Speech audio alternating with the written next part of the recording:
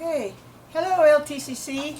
I'm here with Laura Salina, my videographer, and today we are going to make a paella for our Heritage Week promotion. So a paella is a typical dish of Spain. And I have to tell you a little bit first about this particular pan, because that's what makes the paella so very special than an airplane.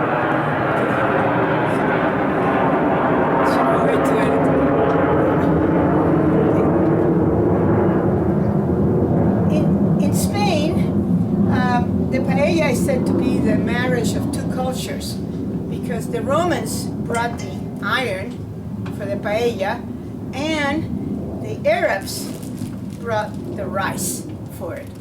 And the reason the paella is flat like this is because in the olden days, the workers used to take the pans to the field to cook. Spain doesn't have forests like we do, so they had to use twigs for fire. And if the paella grew because they needed something that would cook quickly because of the twigs. If you had a pan really tall, it would take a long time for the whole thing to cook. But this gives it a lot of surface area. So the paella kept growing and growing and growing. This is the paella pan. And there are many, many sizes. I mean, they're bigger than this. Here's an example of one that can go right on top of your stove. This particular one fits in my oven if I have to. And I have seen paella pans the size of a trailer, in back of a pickup. You know, a paella pan that will feed 300 people or more. So this particular one is good for about 25 to 30 people. Okay, so this is the one I'm going to use. First thing I did was put a little oil in the middle to make sure that it was level. Because, you know, if it is like this, when you put your rice, it's all going to go to one side. So now the paella is level. I am going to turn on my gas. And we use propane here. In Spain, they use butane. Very different. So if you bring a set directly from Spain, most likely you cannot use it here unless you modify it and make it into a propane setup. Okay? It's a different thing altogether. It has to do with the air going in and so forth. Okay? So I'm going to turn on my burners here. I don't know if you can see that, but they just came on really nicely. And the paella can consist of anything you want, really. Today we're going to make a mixed paella, which means it has meats and seafood. You can make a vegetarian paella with nothing but meats, sausages. You can make a paella that has nothing but seafood. The first paella, and a very common one, has snails, rabbit, all kinds of stuff, a lot of squid. They use a lot of squid in Spain, but different parts of Spain will adjust the paella according to what they grow and what they have. If they're near the ocean, the Mediterranean, they're going to use a lot of seafood. But anyway, this one is a paella mixta. It's a mixture of meats and seafood. And I'm going to start with some pork. Okay, I have here a little bit of already cut up pork. I prepped everything ahead of time. And this is the beauty of a paella, because you can have a setup and take it to the beach, take it camping, and people can be around you talking and while you make this. So I start out with a little bit of pork, just browning the pork, okay, so that just a little bit. It doesn't have to cook through. It just has to brown, okay? So, and you have to excuse me today. I'm all by myself. I usually have a helper handing me stuff. I'm very spoiled, okay? And this is olive oil. No better oil than olive oil, okay? So you put olive oil so it fries and it sizzles and it splatters tremendously, okay? Now, instead of pork, you can skip the pork if you don't want pork. You can do whatever.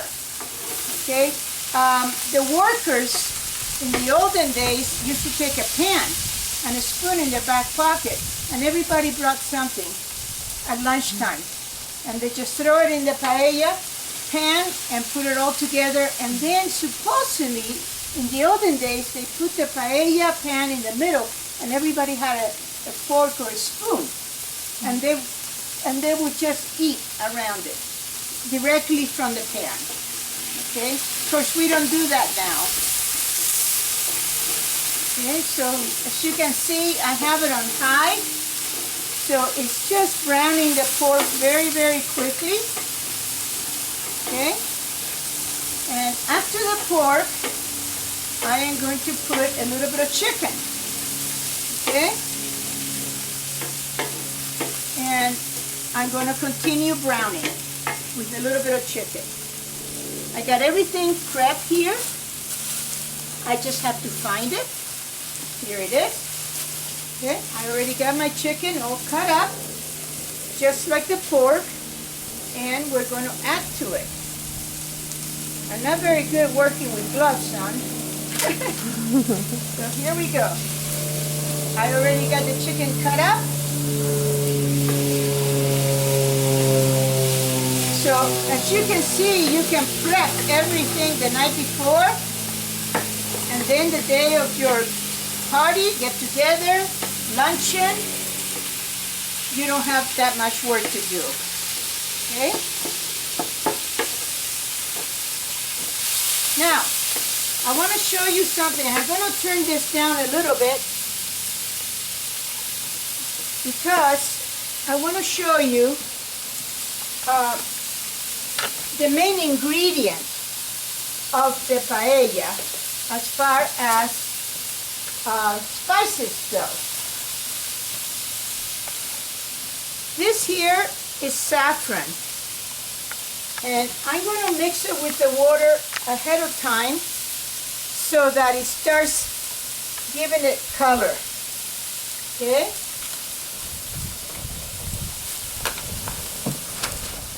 Ooh, the wind is blowing. So look at this water.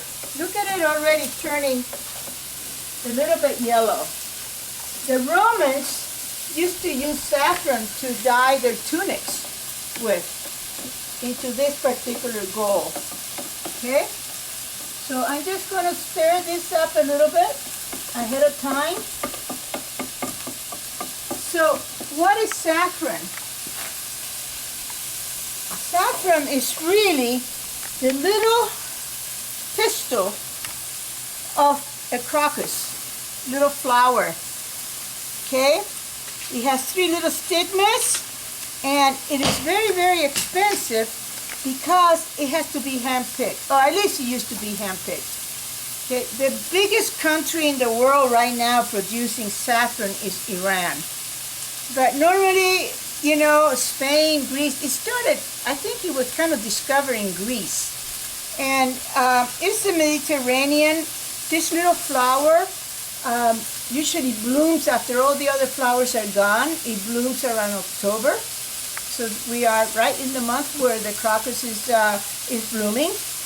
And it has those 3 little, one style with the three little styles and the 3 little stigmas. And that is the saffron. It has a very distinct taste. Okay. It has actually they say if you can overdose on saffron if you were to eat tons of it.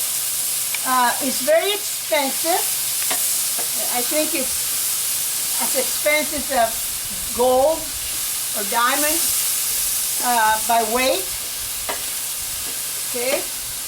Usually you buy so many grams of it. So here's my chicken.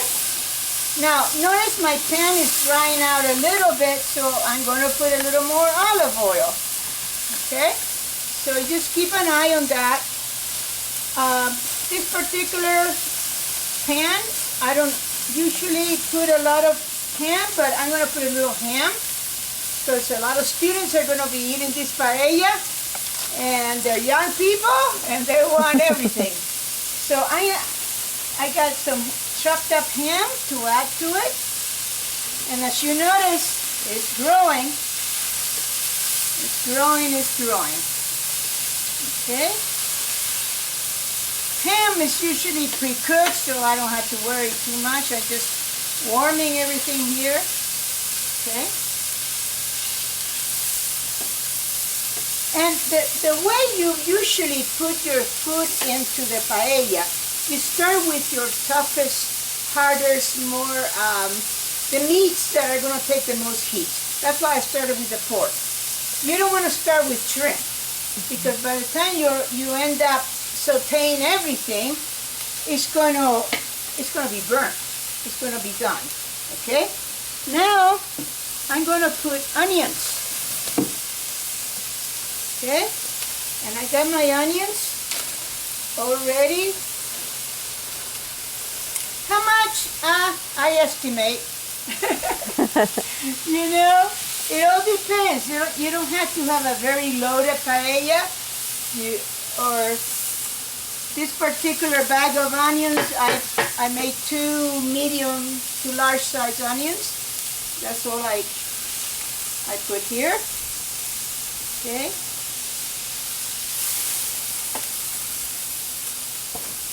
And you keep on stirring.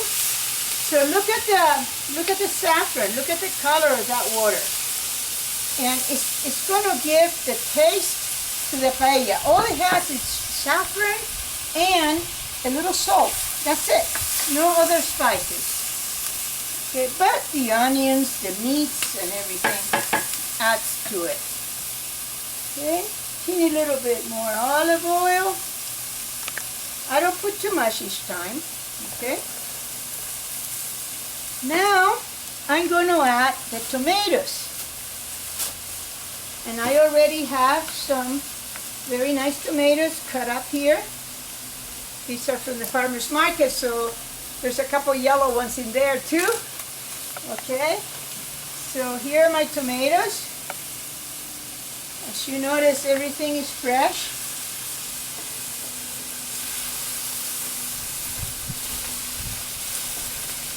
And everything is getting a little bit of color. Okay, so we keep adding.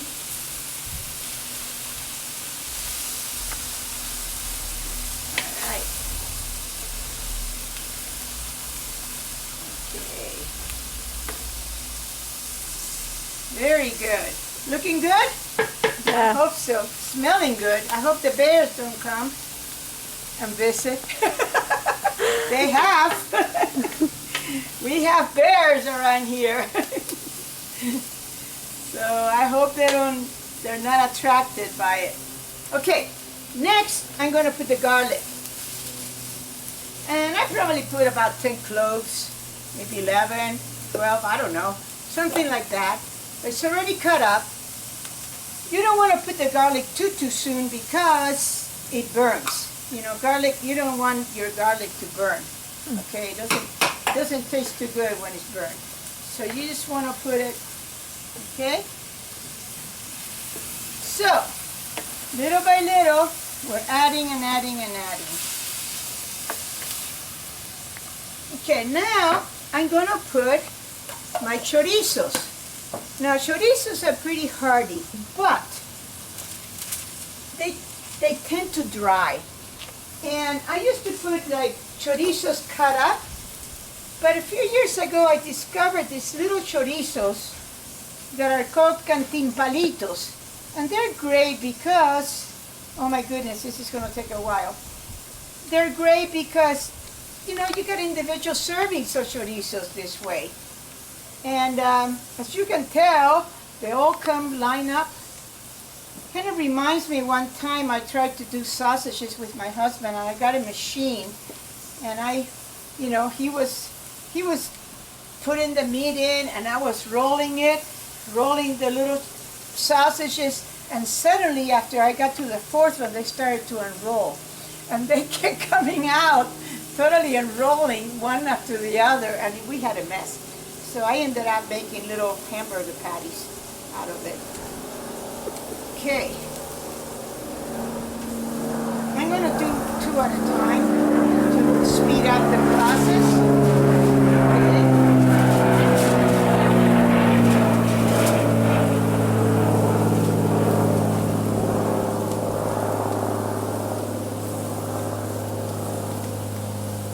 So this is chorizo. Now the chorizos from Spain are a little bit different than the chorizo from Mexico. I'm not saying it's better or worse, they're different. And in Spain, there is a lot of chorizos, a lot of varieties. And some of them are cured so that you eat like appetizers, just like salami or pepperoni. You just slice it up and eat it as an appetizer. And then there are chorizos that need to be cooked, like this one. So this one is perfect for the paella. Okay, so I got my chorizos in here, and I don't want them to dry too much. That's why I waited to the last minute. I remember when I started to make paella this way, I used to put it at the beginning, and they were never that good. And then when I started to change my methods, it was a lot better. Okay, so now we got, so far we got ham, pork, chicken, onions, tomatoes, chorizos, garlic, of course olive oil. So now comes the most delicate, which is the shrimp. Okay, and I bought 4 pounds of shrimp,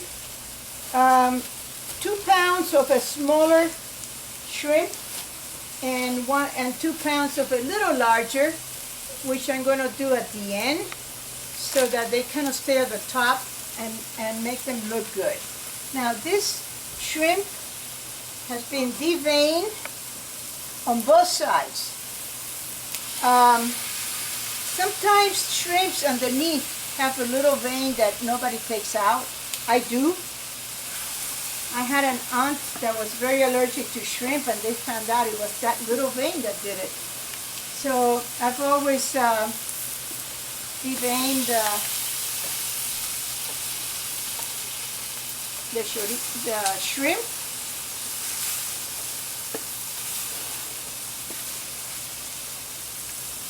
And Laura, I have some peas in the microwave inside my house that I didn't bring out. I have to get them for the very end here. But not yet, not yet. So, okay. A little more olive oil.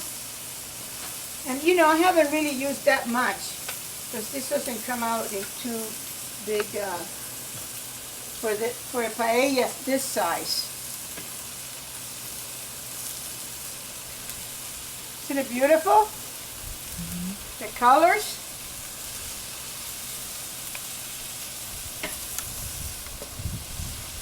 Okay, so now I'm going to add the other packet of shrimp. So it's got a lot of shrimp in here. It's like 4 pounds of shrimp. These ones are a little bit larger.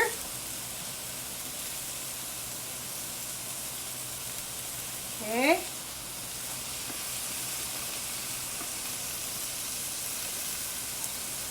Now the paella is a typical dish of Spain, and it's also a great dish if you go to a restaurant. Let's say the whole family. Let's say there's a party of 10 or 20 people in a restaurant. Okay. The beauty of it is that you can order paella for everybody. You can say paella for 10 people, and they go in the back and they cook it for you. Whenever I go visit my family there, we call them and we say, we're coming and we're going to have paella. Now, they don't cook that ahead of time. Any restaurant that cooks a paella ahead of time, and sometimes you find this in tourist places, so that they can give you one portion. No.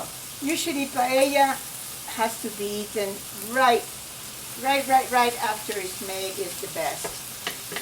It's a typical dish in restaurants by the beach and so forth. When you have a group of people, it's ideal. Look at this. Gorgeous, huh? Mm-hmm. Look at the colors. Okay, So now I'm going to lower the temperature a little bit, okay?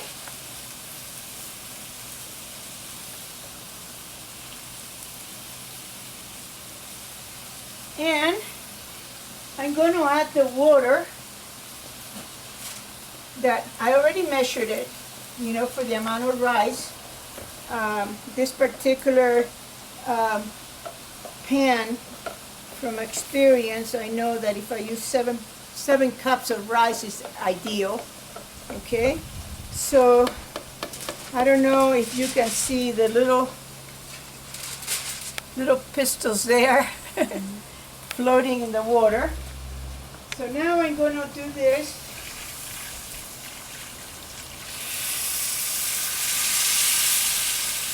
Put all my water in there. Okay. Now is the time to do some salt, and again, kind of home style, a little bit of salt, because a lot of these meats already have salt in them, you know, so you don't need a lot of it. And now I got my rice already measured here, okay.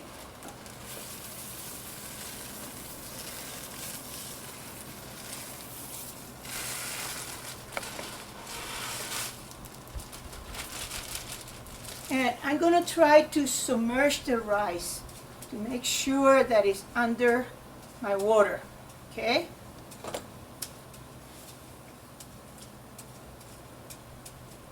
You notice I lower the temperature so things are not bubbling as much now.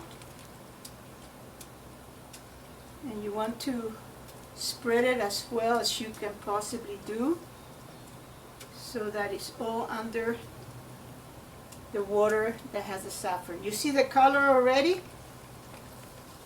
Because this rice will be yellow.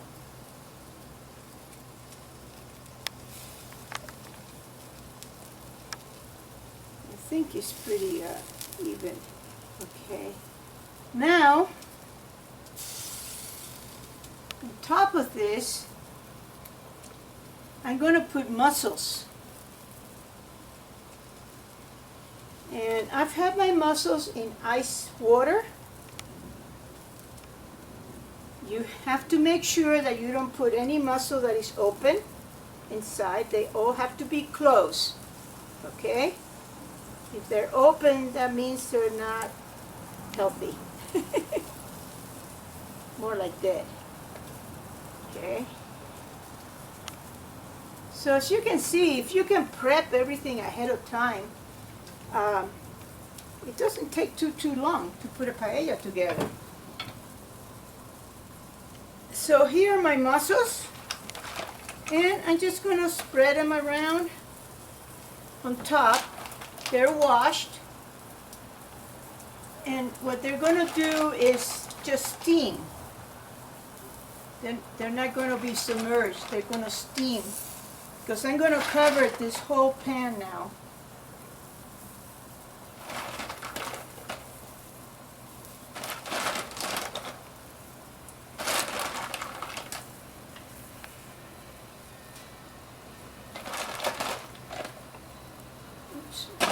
Ice.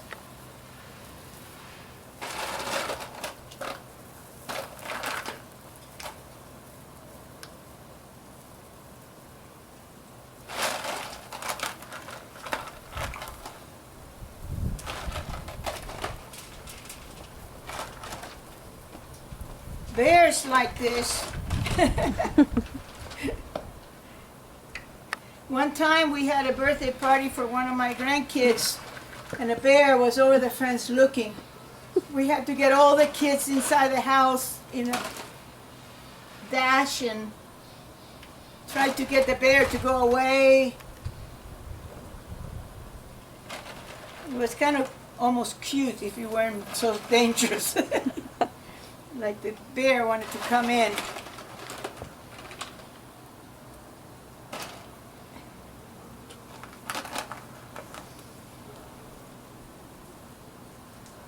Okay. there we go. Next step is I'm going to cover this whole pan, and we're going to wait about 25 minutes or so. I never do it big enough.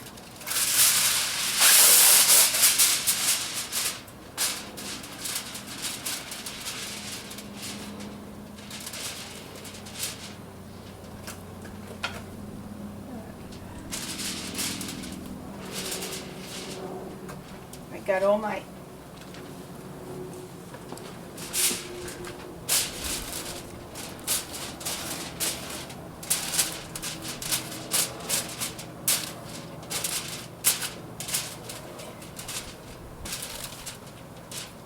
and I'm going to get one more piece here because I got a couple holes.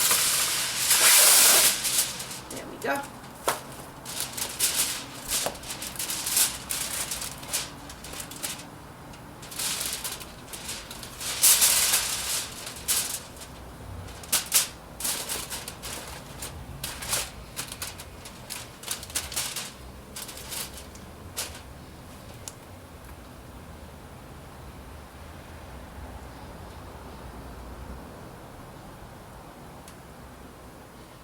Sometimes it's hard to see the flame, okay? So I'm trying to turn it down as much as I can without turning it off. So, now the paella sits here for about 25 minutes, maybe half an hour, until it's done. Then we do a little decoration, and it's ready to go, ready to eat, okay? So we'll take a break here, and then we'll see the results. And if I check, it looks like the rice is all done, so I turn off my burners. Now what I'm going to do is, it's not ready yet, you got to do the decorations.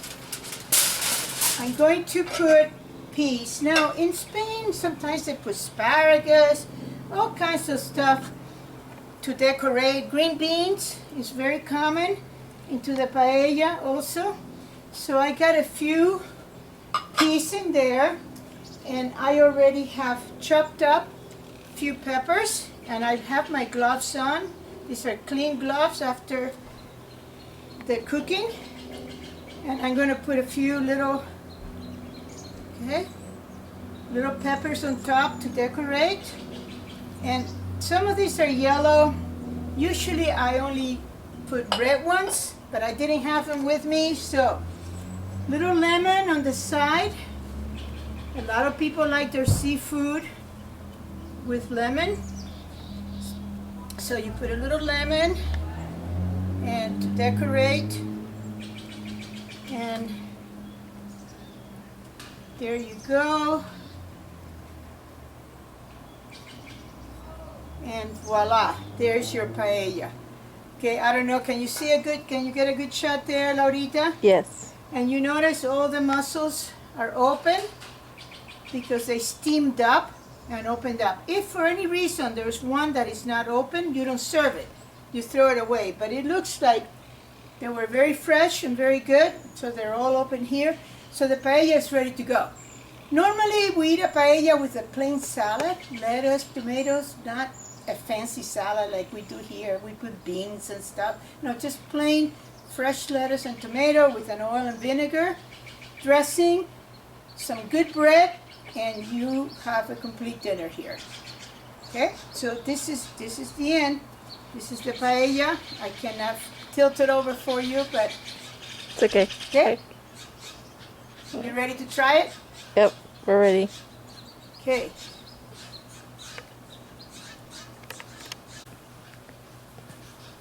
You ready? Mm-hmm. Often, we put a little bit of brown paper on top. Sometimes I don't do it, but I find out that if you do it just for about 3 minutes or so, it picks up the extra moisture of the paella. So you just put we call it descansar, which is like a nap. Okay? You cover up with a little brown paper, and I usually take, like this is Trader Joe's, and you put it upside down. The inside of the bag goes in, down, and just leave it like that for about 3-4 minutes, and you will see that there's a lot of steam still coming out, and it wets up the paper, and it lets the rice be a better texture for you. Another thing I like to add, I didn't do it here, but many times in Spain they let the bottom burn a little bit. People fight for that, okay? For that little crunchy rice at the bottom. Some people love it, some people don't care for it so much, okay? So just so you know. And actually, I can see the flies are coming. They just smell the paella. So we're done. All we have to do now is eat. Okay?